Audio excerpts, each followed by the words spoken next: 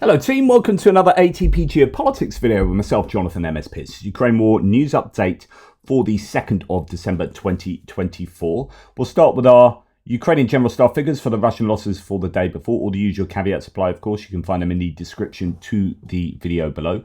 1,790 personnel lost. That is an incredibly high number yet again. 9 tanks is pretty much on a daily average. 28 troop-carrying AFVs. So that would include infantry fighting vehicles, armor personnel carriers, and mine-resistant ambush protection vehicles. That is above the daily average at 28. So I think there has been activity fairly consistently across the front lines recently, but it has marginally gone up and down, I think, in terms of the vehicles that have been used, and that may have something to do with the weather. It's quite variable at the moment. Or it may have to do with just certain days they exhaust themselves and have to pick themselves back up, the Russians, and then attack again, say, a day or two later with enough vehicles to do that. We are seeing huge numbers of general vehicles and fuel tanks, 99 on the list for yesterday. And so when we have certain days where it's dipped back down for tanks and troop-carrying AFVs, the vehicles and fuel tanks may be doing a lot of the heavy lifting there. 30 artillery systems also moved back up again in that category, the number. That is well above the daily average there. So some difficult numbers for Russia. If you go and check out Dell's statistics, always linked in the video below, he has had to do some rejigging of the numbers because, I don't know if you remember, but some time ago, and I think he's put it in the notes if we go and look at the daily stats, and then there are some red numbers here. A couple of days ago, he contacted me. I didn't talk to you about it. I was just letting him do what he was going to do with the data sheet, but there was some rejigging. I think the General Staff, particularly down in the vehicles and fuel tanks and special equipment, I don't even remember, a couple of maybe more than a couple of weeks, might have been a month ago, Ukrainian General Staff released some figures saying 99 special pieces of special equipment were taken out in the previous day, and I think they got that number wrong and it meant to go in the vehicles and fuel tanks, and there's since been some rejigging, and I think that's what is represented by this. So you can see he's got notes here for each of these numbers going back on the 30th of November. Anyway, that's that. Just I thought I'd let you know that there are notes with all of these stats at the end here that are always quite useful to look at. But the cell that's coloured in yellow here denotes a record. So we are still on a record 30-day rolling average for troop losses, personnel losses, and that's because every day at the moment it's 1,700 and above, or 2,000 4 days ago. So the last 4 days, 2,030, 1,740, 1,730, 1,790. It's been an incredibly challenging month for the Russians in terms of personnel losses. Anyway, going back to the General Staff figures, nothing too much else to say. There are no multiple launch rocket systems or anti-aircraft systems. Now, MLRS, that's an interesting statistic that, in fact, we'll look at this first before we go on to a personnel topic. Alexander Kovalenko has said, and I think he's in charge of anti-disinformation and whatnot. During November, Russian occupation forces lost 9 multiple launch rocket systems. This is a record low for the entire period of the full-scale invasion. And this is not because we have become worse at destroying these installations. The claim here from, at least from Osint Urikakaski, is that the Russians are running out of them, as you can see there, running out of those launches. That's the implication from these statistics. And I've talked about this previously with all sorts of different categories, is that at some point you're going to hit well, I don't know if it's at some point, actually. I'm going to disagree with myself, because I think this happens gradually. When we look at, if we go back to Dell's stats and we look at the losses for certain categories over time, let's look at APVs. I'm wondering whether you are going to start, whether you will ever have days like this where they can lose 120 in a single day. I don't think you'll have days like that. I think there is, although there's been a mass of these vehicles lost over the last few months that make the last few months the worst months, I have a feeling that we are going to see a bit of a dip now as they will be less and less able to generate vehicles themselves. Now, where I am, and it's not a sudden thing, it's not like the next day, one particular day, you've got 0 vehicles and it kind of drops off a cliff, but you will just get a gradual change. And I think that change has already taken place because we are seeing more and more ATVs used and more cars and motorcycles used on the front line. But the only other variable to consider here is North Korea. So it could be that Russia is less and less able to deliver vehicles from deep stockpiles and even from production. They'll still be able to produce, I think, what they are producing in terms of the new vehicles, but they need to really up that. There's a really significant gap between what they can produce new and what they're losing on a daily basis. And they've been making up that gap with the deep stockpiles. And as those deep stockpiles run out, you will get more and more use of these vehicles. And then eventually you'll eventually trend down to only what they are able to produce from new. If this goes on, this war goes on for a much longer time period. Now, that variable is a North Korean provision of vehicles. So it could be that they can substitute the deep stockpile refurbishments with North Korean vehicles, and that might keep the Russian losses at a more stable level. Anyway, that's just a digression. We're going to go to talk about North Koreans, actually. So Zelensky has confirmed that North Koreans have been killed. Quote, "We have a number of around 12,000. That's North Koreans who are active. There are killed and injured. Putin doesn't want to lose the support of society, so instead of using Russians as cannon fodder, it will be North Korean soldiers as cannon fodder." This is exactly, I mean, he's nailed it there. Exactly correct. How many have been lost, it's difficult to say. There are those claims that maybe 500 were killed in that Storm Shadow strike recently, but there's no confirmation of that whatsoever. Now, moving on to equipment. Ukraine is using Stormer FVM mock-ups to deceive Russians, and we know that because the Russian forces have captured a decoy somewhere in the Donbass. Now, just to remind you what these, it's here, Stormers are. They are British, I suppose, analogues of, I guess, are they the analog of the Avenger? So the Avenger is a Humvee with 2 pods of 4 Stingers on the back. Here we've got a tracked vehicle with 2 pods of 4, and it's based on the CVR, so a bit like the CVR 90. So yeah, they have Starstreak or Martlet missiles. So yeah, that's pretty much the equivalent of the Humvee with those Stingers on the back. Anyway, they are using mock-ups of those, decoys of those, and we know that because the Russians have captured one. So goodness me, they must have decoys of, I mean, we've seen a vast variety of decoys in use actually. Now, Max24 reporting that yesterday a missile strike was carried out on a command post of the Russian 83rd Separate Airborne Assault Brigade of the Russian Airborne Forces in Kursk region, according to Dossier. The strike was carried out using HIMARS and killed 12 servicemen, 4 officers, and wounded 25. This is being talked about in a number of places.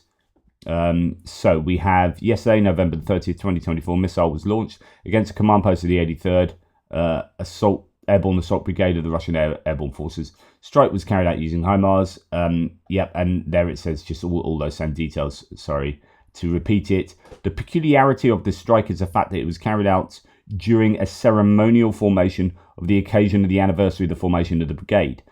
This is not the first time we've seen this, and this has happened on both sides. There have been like medal ceremonies that have been struck, which usually indicates there's been some kind of, I would assume some kind of intel leak, because it depends how long these take.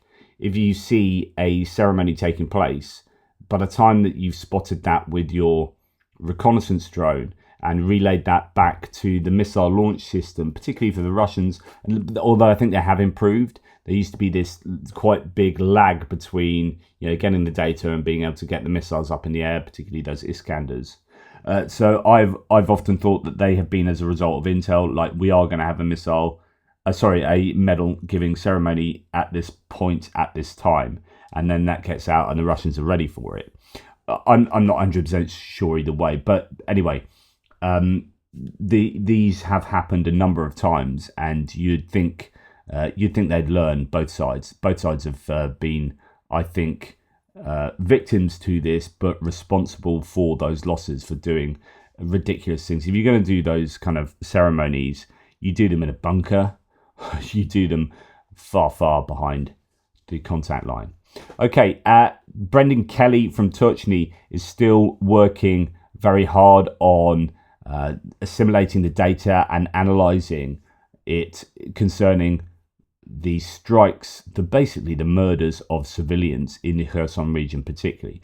Erland from Turchny says the horrors of the Russian terror continue in Kherson. Daily war crimes are committed by Russian drone pilots. Brendan's saying that Russian drone attacks against public transportation have been a hallmark terror tactic in Kherson. A lot has happened recently. Drone attacks on buses, 30th of November, 1st of December.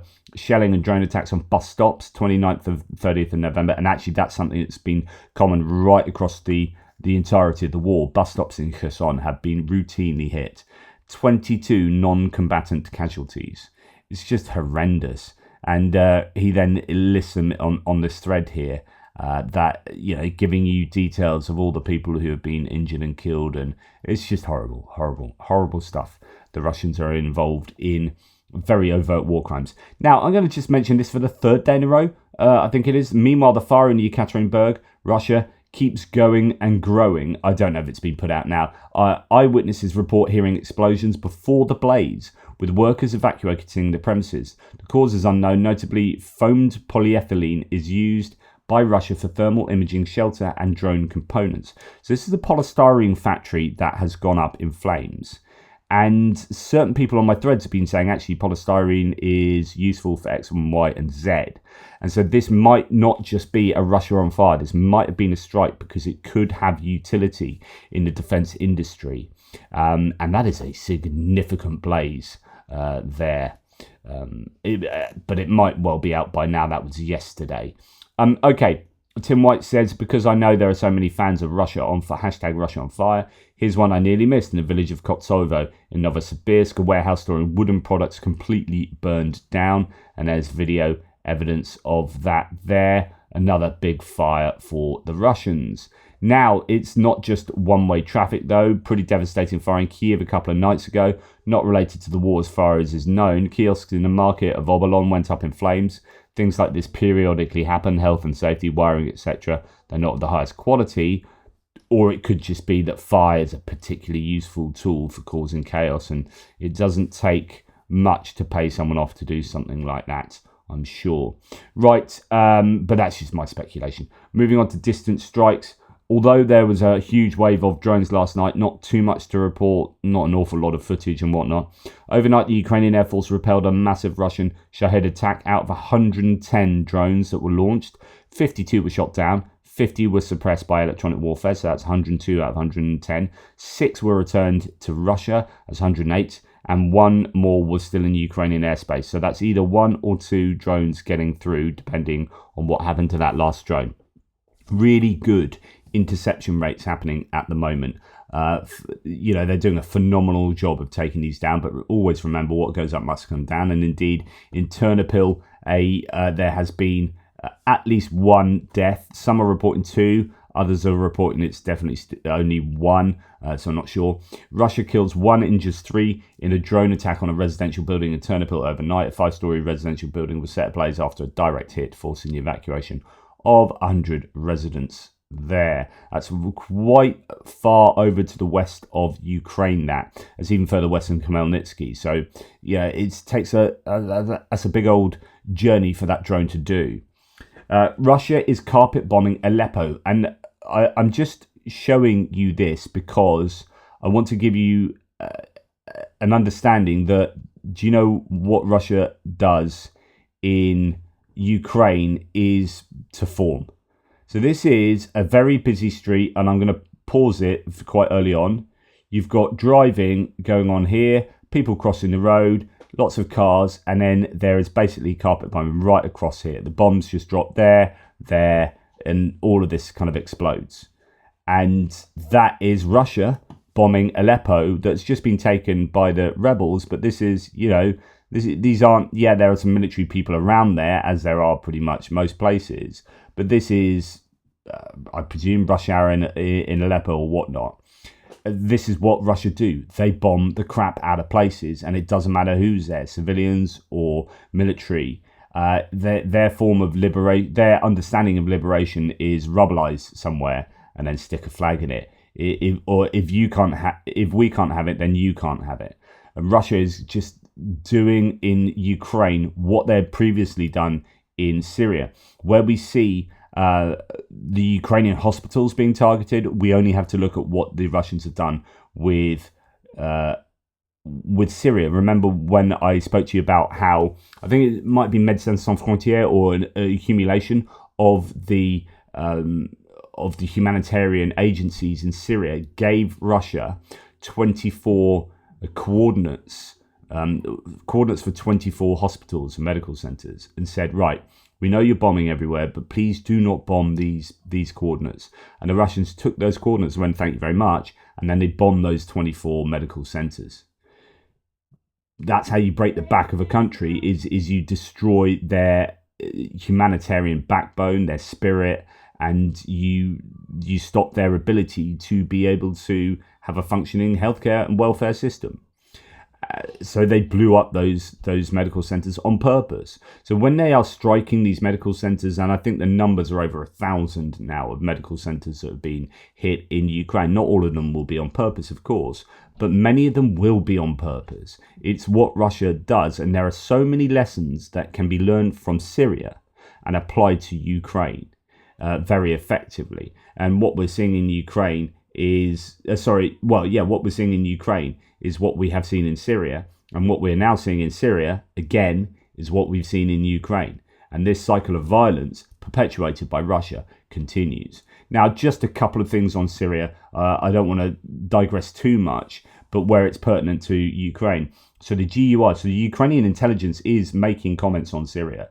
They report that the situation of the Russian forces in Syria is getting worse. Reportedly, Russian military and diplomats are rapidly leaving Damascus, that's the capital, where the first armed disturbances have already begun. Previously, Russian forces fell back from Hama and abandoned a military base with sizable equipment stores in Khan Shaykhun amid a surprise advance by anti-Assad rebel troops. The GUR also reports that Colonel Vadim Baikulov, who commanded a Russian Special Forces division, was called into Moscow to explain why he lost men and equipment in Aleppo. Meanwhile, Russian media report that an air defense base was captured by the rebels east of Aleppo, where at least 3 S-125 surface-to-air missile systems were located. And I always keep saying at the moment that isn't it a shame that the rebels are going to keep hold of these? Of course they are. But so many of these pieces of equipment they are coming across and capturing, you would love to see go to Ukraine. Ukraine could use all of this Soviet-era equipment, including things like Panzer S1s. Darth Putin says, as the satirist says, I remain a master strategist, pretending to be Putin. Why is this? General Alexander Chaiko, who failed to capture Kharkiv in 2022 and was exiled to Syria for that. So you got someone who failed in Ukraine on behalf of the Russians, being sent to command the Syrians, has been appointed commander of Russian troops in Syria in place of the dismissed General Sergei Kisel, who failed to capture Kyiv the same year. So we've got the beginning of the war, a failed Russian commander. You didn't do very well in Ukraine, so we're just going to move you to Syria. and then we're going to replace you a couple of years later with someone else who's failed in Ukraine and send you to Syria. But I remain a master strategist, of course. Andrew Perpetua casts his opinion here. I thought this was interesting concerning Vovchansk and Kursk. So if you remember, north of Kharkiv city, you've got those two sectors where the Russians have attacked, and the Ukrainians are slowly, in fact, around Lyubimka, the one just north of Kharkiv at the moment, the Ukrainians are pushing back a bit further in the last 24 hours or so. But anyway, Vovchansk is that city just there in that more eastern sector of those two that's been flattened. Now, Andrew says Russia's ability to attack Vovchansk is limited by Russia's deployments to Kursk. The idea that attacking Kursk did not draw forces away from attacking the Ukrainian lines is objectively wrong. The book is closed on that argument. Second, ATACMS strikes on Russia had no significant consequences for anyone except Russia. So the idea that everyone around the world was pearl clutching about the ATACMS strike, the 6 ATACMS that hit wherever in Russia, and everyone's like, oh, that's escalation, it's terrible, oh my goodness, it's the end of the world, what are you doing? And you had Tucker Carlson saying it's the most evil thing I've ever seen. Biden allowing this. Turns out a couple of days later, no one gives a monkeys. Oh, turns out he doesn't know what the hell he's talking about. Anyway, Andrew talks about this. Second, ATACMS strikes on Russia had no significant consequence for anyone except Russia. Their blustering about red lines was geared only towards fools, Tucker Carlson, and only fools fell for it, Tucker Carlson.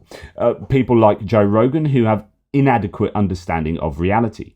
The Russian response to ATACMS consisted little more than flaunting their useless missile, the Oreshnik, that costs too much money and gives no abilities it doesn't already have with cheaper and more effective weapons. And then everything returned to normal. Absolutely. There you go. Really well said. Now, Putin has apparently put out a decree for a much larger army. I think this is wrapped up with the budget, the increase in the budget for the Russian defense for the armed forces. This involves increasing, says Anton Gerashchenko, the Russian army by 180,000 servicemen up to 1.5 million. The number of troops has been increased for the third time since the start of the war against Ukraine. It doesn't seem like Putin plans to stop. So if you're thinking that this guy is wanting to opt for peace when he's increasing the size of his army by another 180,000, of course, this looks rather like it's just replacement. You know, on paper, they've got an army that's yay big, but in reality, many of those are dead or missing in action. Left to rot on a battlefield, and he doesn't want to admit that, and so it's just a case of expanding the army, and I don't know that it makes much difference really. It's probably just replacement recruitment for the numbers that they have lost, and the understanding is that they have, or were at least, replacing to the tune of 30,000 a month. That was a claim. I don't know how realistic that was at all, but this last month they've lost way over that, and that would indicate that they'll be making net losses, and it could be that increasing the size of the army is a way of I don't know, playing to that kind of narrative that there are people talking about that things aren't good back at home in Russia. Obviously the economy is tanking, but I wonder whether there's going to be an increasing disquiet within the citizen population. Now, I haven't reported on this, but I did hear the other day that Ukrainians are finding mobile phones of Russians and getting into those mobile phones and seeing messages that they're sending back home. And some of the messages apparently that the Russian soldiers are sending home is, please do not let any more of our relatives sign up for the army. It is terrible. Everything's horrible, blah, blah, blah. And if this is true, and if there are these messages going back in, I guess, significant enough numbers from Russian troops, then those will be being sent back to people who are reading those messages. I do wonder what people genuinely think about the war behind the scenes in Russia. You know, it's one thing to get the polls that are coming out. Is it Levada polls that come out that supposedly quite decent polls where we have seen a drop in enthusiasm for the war. But I do also just wonder, what people are saying in their kitchens at home. Whether there is a lot more discontent for Putin than we're aware of. Is that just hopium? The people who are much more prepared to openly show their discontent have already left Russia or have been locked up. So the ones that are left are the ones that are less likely to do that. But I wonder whether there is a simmering discontent because, the economy sucks and huge numbers of people are dying. Now, Christopher Miller from the Financial Times says in light of that, right, that all is not going well for the Russians, the Ukrainians have their own problems, right? Another worrisome report on the Ukrainian desertion, this time by Samia Kulab. It is clear that now, frankly speaking, we have already squeezed. This is a quote, by the way. It is clear now that, frankly speaking, we have already squeezed the maximum out of our people, said an officer with the 72nd Brigade, who noted that desertion was the main reason Vuhledar that the Ukraine lost the town of Vuhledar. So if you remember Vuhledar down in the southeast, that was holding out for so long, and then once that was lost, that whole larger area was easily taken by the Russians, including up to Karakova, and then moving through Karakova, and it's all looking very bad. But this guy here is saying actually desertion was what really underwrote our capitulation there. Wow. That is serious. So lots of comments about desertion happening at the moment. Now, in light of all of what I've been saying, Zelensky, and we touched on this yesterday, but a bit more explicit clarity on the topic from Zelensky. Ukraine's military lacks the strength to retake some of the occupied territories, Zelensky says. So this is the idea that he is open for joining NATO and allowing those territories, if the front lines are going to be frozen, for example, those territories, although they are nominally controlled by Russia, it's only a temporary thing and we'll get them back diplomatically. I don't know what that would look like. I don't know how challenging that would be. In order to get those territories back from Russia would have to be economically absolutely hammered for a very long time to go, okay. In other words, sanctions would have to be kept up by everyone on Russia after Ukraine joined NATO. So that it wouldn't be you can join NATO and sanctions would be dropped. You'd have to keep sanctions going in order for that eventuality to take place.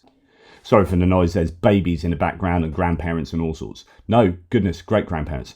Anyway, so I don't know how realistic it is to join NATO and have sanctions still in place, because I'm fairly sure you'd have to use sanctions in order to leverage back those lost territories. But anyway, Ukraine might have to liberate some territories through diplomatic means after the country's NATO membership becomes certain, according to Zelensky as he spoke to Kyodo News. Quote, "Our army lacks the strength to do that. That is true," Zelensky told the Japanese news agency regarding the liberation of territories held by Russia since 2014, including Crimea. We do have to find, diplomatic solutions, he said, adding that liberation by force could be considered when Ukraine is strong enough to prevent new aggression by Russia. In other words, there's another option, which is Ukraine joins NATO and then Russia temporarily has control of those regions. And then when Ukraine gets strong enough, it it tries to recapture them by force. You would assume that Russia would have to be equally as weak then as it is now. And Russia is in itself able to rebuild. So lots of ifs and buts here.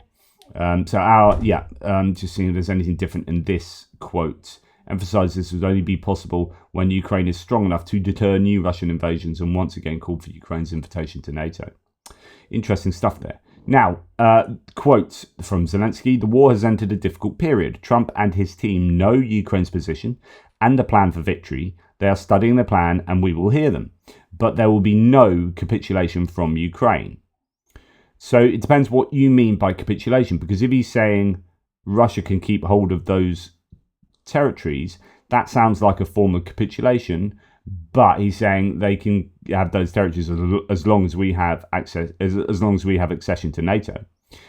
And of course, NATO means that they are safeguarded from losing any more territory, which is pretty good as far as Russia at the moment are taking more and more territory, and it's looking more and more difficult for Ukraine to be able to take that back militarily. They don't have the boots on the ground. Russia is then calling in North Korea. Ukraine's probably looking at this going, well, if they've got access to 100,000 people and we are going to struggle to get 100,000 people, if we do, we'll have more desertions, we'll lose more of the working population, which means our economy will tank even further. Is it in our best interest to take NATO membership? We won't lose any more, and then we can work out all the ways that we can get back those territories. And this was something, I talked about this, was it 2 years ago? This was one of the theories from a couple of years ago, and we kind of dismissed it then because the idea was that Ukraine would be able to somehow militarily take these regions back. But given the fortifications and given how Russia's been able to take staggering losses but still maintain in this war, it looks unlikely that a military solution to that problem is going to come about. Let me know what you think, though. Shashank Joshi says, quoting The Economist, talking about the Russian economy, the combination. Just to rewind a little bit, my main theory on how Ukraine gets back that territory without this kind of like freezing the conflict, join NATO. If that doesn't happen, right, the main way Ukraine gets that back is by Russia's economy collapsing so badly that you have some kind of regime change in Russia. That's why I keep talking about this. Like the military reconquest of those regions would be, if that's at all possible, it's entirely contingent upon the economic collapse of Russia. So you won't get that until you get the collapse of Russia. The collapse of Russia would mean the forces would just go, I don't know what's going on. There's a regime change. The economy's collapsed. And then it all kind of like dissipate. And then Ukraine will be able to retake those areas. Shashank Joshi, quoting The Economist, says, he is right, it's probably him that wrote it, the combination of a declining currency and a ballooning budget deficit has led to talk of a hard landing for the Russian economy in 2025. The pace of expansion will slow sharply. The economic bill for the war is at last coming due. It could be a big one. So it could be that that Russia, it happens very slowly until it happens really quickly. And all of a sudden, you get the economy just imploding. Now, yet another Sukhoi Superjet requested an emergency landing today. Yesterday. It was at the Mineralny Vody airport in Stavropol region shortly after takeoff. Another Azimuth airline plane bound for Sochi was affected. The captain said a problem with the fuel filter on the SSJ-100 aircraft was evident, and he immediately returned. That is another indication that all is not well in Russia economically, in certain industries. Let's hope that Russia does collapse economically, because I think that is the safest way for Ukraine to prevail. Anyway, thank you for listening. Appreciate your support. Take care, guys. And I'll speak to you soon.